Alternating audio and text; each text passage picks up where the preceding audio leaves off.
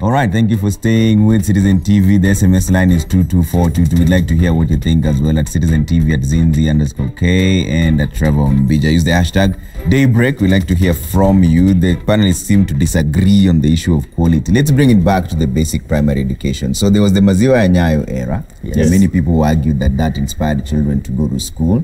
And the domino effect was that they had education in the process. Yeah. But then the increase in the attendance did that lead to the decline in quality, Kaburu?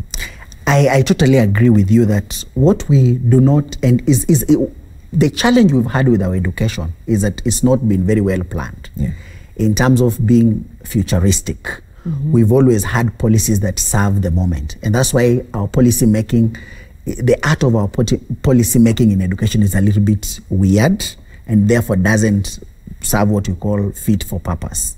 That's why when you look at the Kilemi Mwiria task force on school fees, the report was made in 2014. We are still implementing it to date, whereas 5 years down the line, many things have changed. So the challenge we had even with our education is that we never planned with the future in mind, looking at the projections around population and therefore what will happen.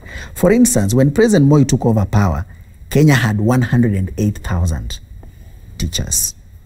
By the time President Moi was leaving, he had only 178,000 teachers, whereas the number of children who were attending school had gone up 4 times. So you can see that the investment in just the teachers alone was not sufficient. Number 2, the infrastructural development did not commensurate with the increase in the population. So for instance, by 2002, government was only spending about 600 million shillings on development expenditure in education, whereas the rest was going towards paying teachers. In fact, had it not taken the bold movement by Ambrose Ade Adongo in 1997 and 1998 to take teachers on strike, teachers were actually being paid peanuts. And I was coming to that, the number of strikes that teachers went on strike during Moi's time. So there were actually 3, the 1997, 1998, and the 2002. Those were the major strikes that actually brought life to the labor movement in this country. So you look at the population increase vis-a-vis the commensurate investments in education that were pretty low. But you also have to appreciate what was the size of the economy. What was the size of our budget? By the time President Moi was leaving power, our budget could not even go beyond 200 billion annually. Last year alone, this year alone, President Uhuru Kenyatta has allocated 473 billion towards the education sector alone. And that's the thing, is throwing more money to the education system going to solve our education problems? The challenge has been how we plan and how we design that education, because we seem to spread these resources in a very thin way. So if you look at the investments, and I'll give one typical example. We were having this conversation with Trevor the other day on the issue of the day schools, for instance. Why are we having these problems? The challenge with our planning has been that if you look at secondary schools, communities will come together, they start a school, because the whole infrastructure movement was left to parents at large to deal with it. And I know one time we're going to discuss this because of the Kakamega issue. Now what happens, parents will donate land, parents will start contributing money through harambes, and they construct a school. Now it reaches a point where there is a feeling that this school does not perform well. For it to perform well, let's make it a boarding school. Now, when you make a school a boarding school, 2 things happen. Number 1, fee goes high. Number 2, you are forced to bring children from other places. So this school fails to serve the community which it was intended to serve. And that's why now when you go to almost all our boarding schools, which are national schools and extra county schools, you'll now get an adjacent day school, because this school is no longer serving the community for which it was intended to serve. So we've not had a very solid mechanism of how we plan for our education. So parents will come together, start a school, it goes all the way up to class 8. They now take that the easiest mechanism is to hand it over to the Minister of Education.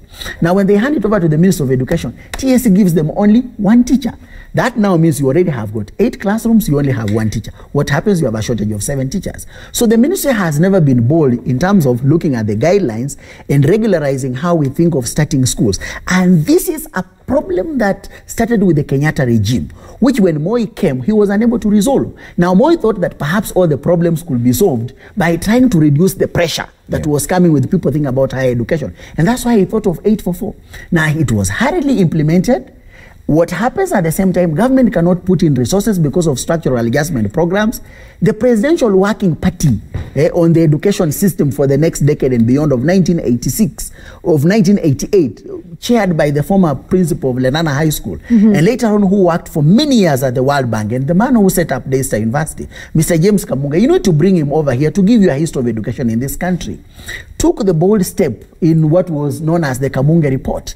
But by then things had spiraled, and Moi was unable to do anything over it. By 1999, when he was setting up the Ticket Commission, nothing could be salvaged. And that's why we've been suffering from these spiral effects of 844 being what it was, which now we are unable to resolve. Now we are trying to see whether CBC with its cosmetic nature can deal with it or not. That's another discussion altogether. On its own, definitely. Sifuna, even as you're about to give your own sentiments on that, on Maziwa Nyayo, help me understand and help our viewers understand how a feeding program, how that translates, a social program, here it is a feeding program, translates to more students, to more pupils in school, and their performance. You know, I am going slow on Moi's weaknesses, because I know, like I said, Moi has had his weaknesses, but he also had his own strength.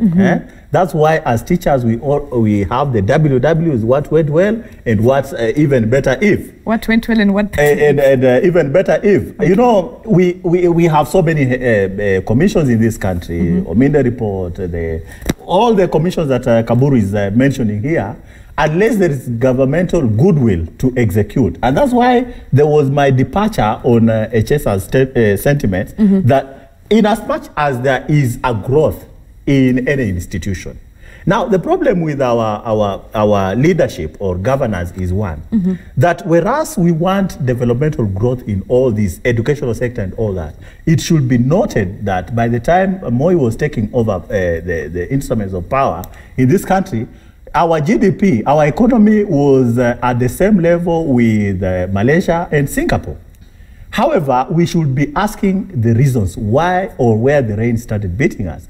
One thing about the late Moi was that in as much as he was so willing to support the education sector all the way from basic to tertiary, I think the only undoing was that he went in with selective, what we call double standards.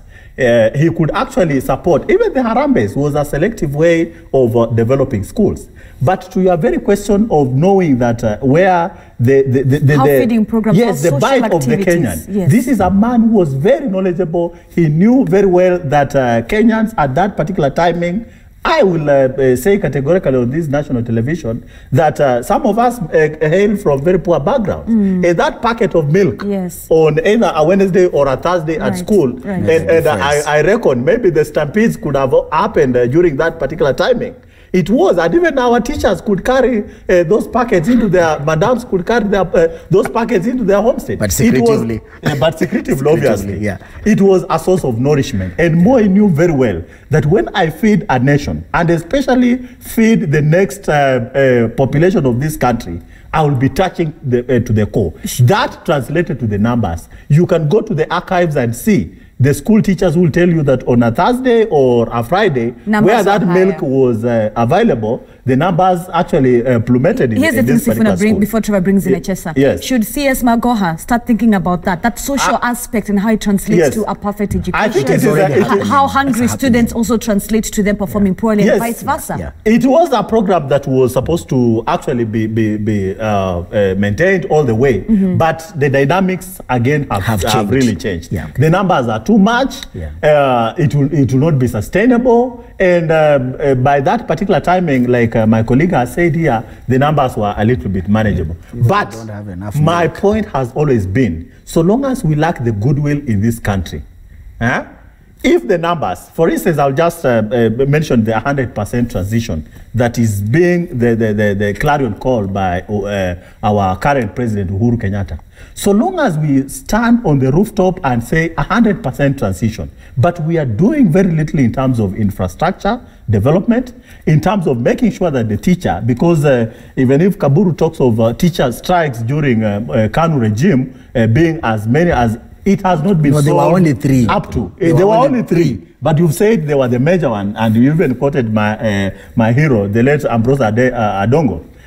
So long as we shall not address those 2 issues, one, infrastructure to commensurate the numbers. Number two, the motivation of a teacher. These issues will remain a ghost that will haunt us forever. Okay. Echesa, what do you think about the accessibility and quality issue? Because now there was an argument that, and they've mentioned it, that during those times when there was the Nyayo milk, the numbers would go higher. But that does that necessarily translate to quality education? It doesn't. And to the best of my knowledge and understanding, Nyayo milk was a way that President Moi wanted to identify with school children. The resulting impact was actually an impact that will come out of any other program. Since Moi had left teaching, he wanted to identify with school children, and he knew very well that at this time, as my brothers have said, the background of most of these children were not very good, and therefore you give them milk, you get them. They show up.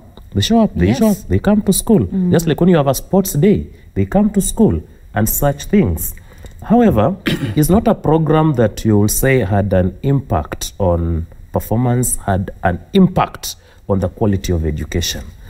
What we are saying that numbers increased successively during Moi's times, I think also we are misleading the nation. You know, this country, as we've been growing day in, day out, our population has been increasing. So it was going, the numbers are going to increase anyway. The numbers are going to increase. Of who is in the regime. Yeah, numbers are going to increase. You cannot expect the size of a class in 1963 to be the same as the size of a class in 1978, but before to be the same as in 2002. Before we even talk about quality, shouldn't we get the pupils to class first? And that Maziwa Nyayo did that for those 100 students. It did that, and remember, that Maziwa Nyayo used to be at least once or twice a week. So if we say that it was the main reason people came to school, we would be wrong, because they were coming to school at least from Monday to Friday. But on Thursday, the numbers were a bit high. The registers were full because of Maziwa Nyayo. And for basic nutrition, Echesa, it was okay. We can't ignore how social issues have a ripple effect on kids coming to school. E.g., if girls don't have sanitary towels, they can't come to school. If kids from lower incomes are not fed, if they're hungry, they can't come to school. We agree with that. We agree with that. But we cannot then focus on Maziwa Nyayo as a key legacy and performance and accessibility. And Moi would have done better than that. He would have increased. Say, if on Monday we have Maziwa Nyayo, the girls are getting sanitary towels, the boys are getting these. We diversify. And that is a key issue on accessibility today. Many students are not able to come to school today because of various factors, ranging from hunger, those social issues, psychological issues. What are we doing to address that?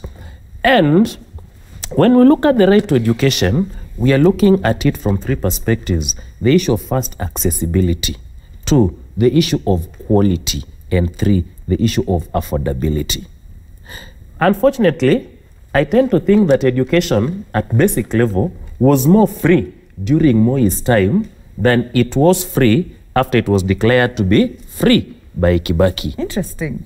In which way? Education is so expensive today compared to when Moi was president.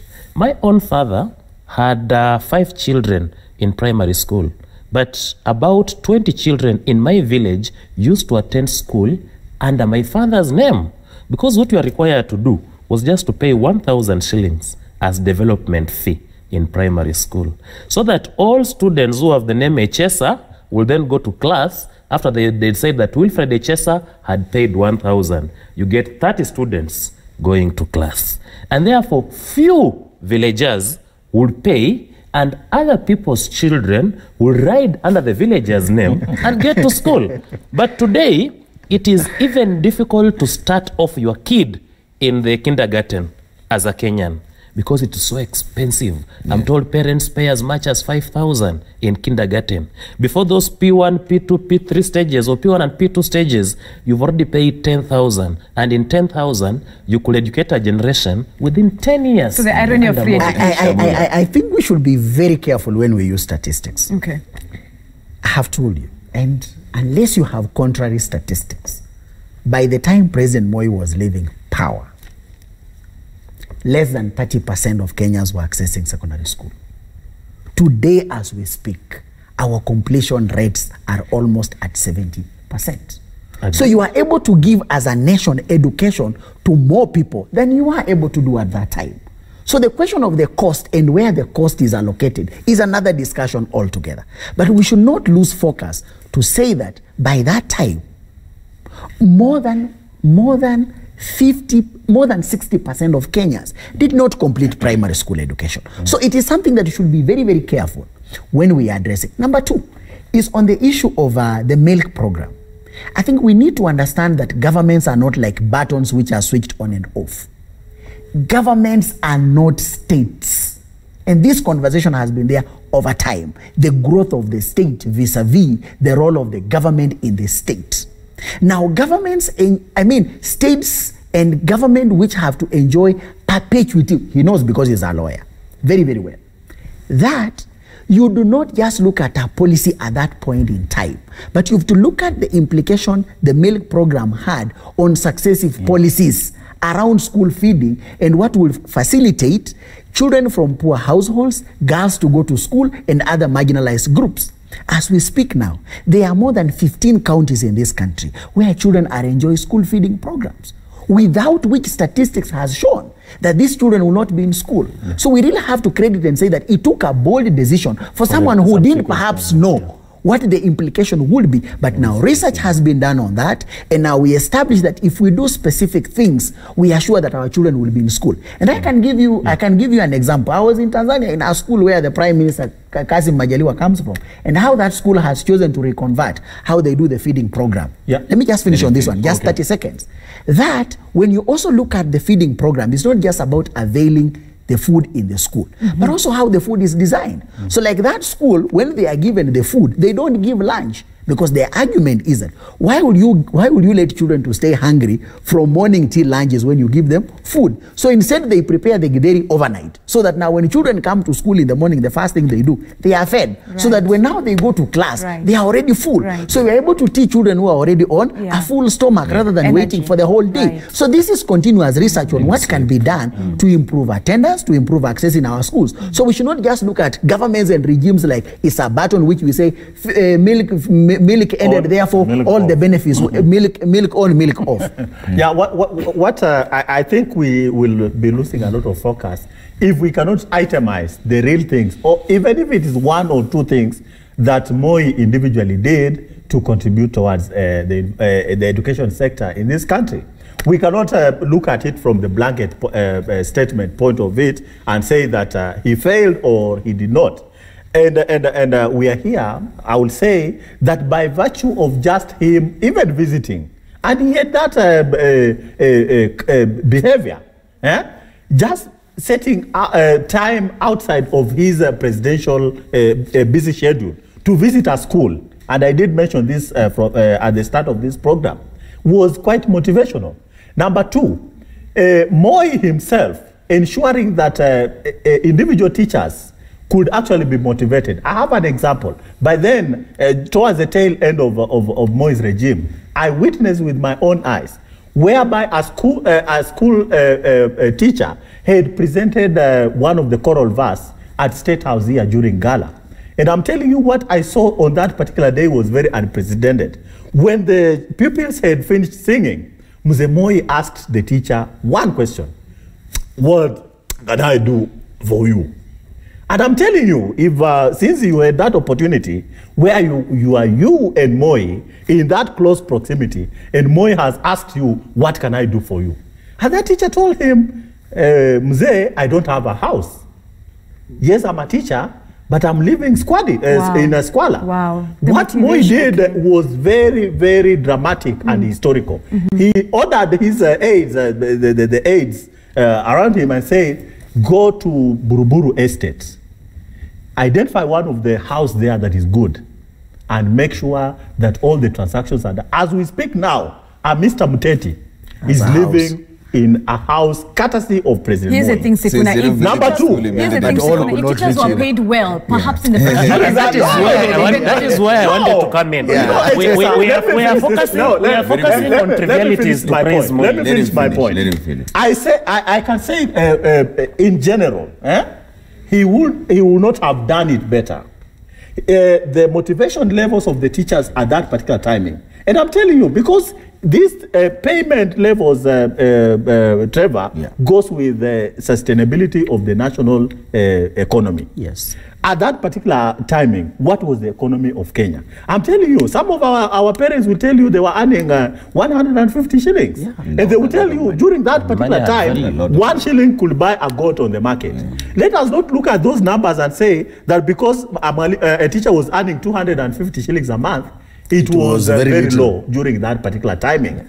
The inflation levels that have been happening, and that's why when you negotiate for CBS and all that, you also look at inflation and other economic dynamics that have been happening over time. Okay. Yes. But this is a man who will go down into history. While Echesa is trying to praise and demonize this man as having done nothing in the education sector, he will go down into the annals of history as a man. There is no president. Look at even the other subsequent presidents. Yeah. Which president will get the energy and so consistently to pop into a school and talk to the teachers in the staff room and tell them, you guys are doing great, continue maintaining this, the Nyayo philosophy. Okay. In all that. I think we must correct this impression. Yeah. We must correct this impression. We are talking about the head of state, the then leader of the central government, the father of the nation. And you are here telling us that since the head of state built, because not a house for a teacher, he was a man who knew motivation. To me, that is not an issue. For a person of a president can do better than motivating a teacher for building a house. Which he did. And two, you people here saying, I am demonizing the former head. Well, first, is an African, where he come from, to demonize a dead man, because we don't know what will happen to him once he's dead. What I am doing, I don't have any duty to praise Moi on what I believe did not perform to my satisfaction. Okay. I have said he did well in basic education, but I have reservations for his performance in higher education. And if Moi had paid teachers well, would be hearing these stories of Moi putting up a house for a teacher. If a teacher was paid well that time, why are we saying the teacher was telling Moi he had no house? And the manner in which the president handled the 1997 strike is the reason why we have never had a solution for teacher strikes. The manner in which his government handled that strike and treated the likes of Ambrose Ade Odongo and tricked them into signing that controversial agreement that has not been implemented to date from a legal perspective. The government will look at that 1997 agreement and say, this one can be. All right, we have to take a quick break now. There's a lot of feedback coming through. We'll read that feedback when we come from the break. Let's take a quick break. When we come back now, we'll talk about safety of children in schools following the Kakamega tragedy where 14 pupils lost their lives and several others were injured in the process. It's still not clear what really caused the stampede, but Echesa has been into that school. He will tell us whether he saw anything that has been off, because Magoa also said that nobody should tell him that the principal did not manage the numbers, because he was also there and he knows it's not about the numbers. And this is coming less than a year after what we witnessed in 2019 with the Precious Talent School. Exactly. Safety in our schools. We'll be right back.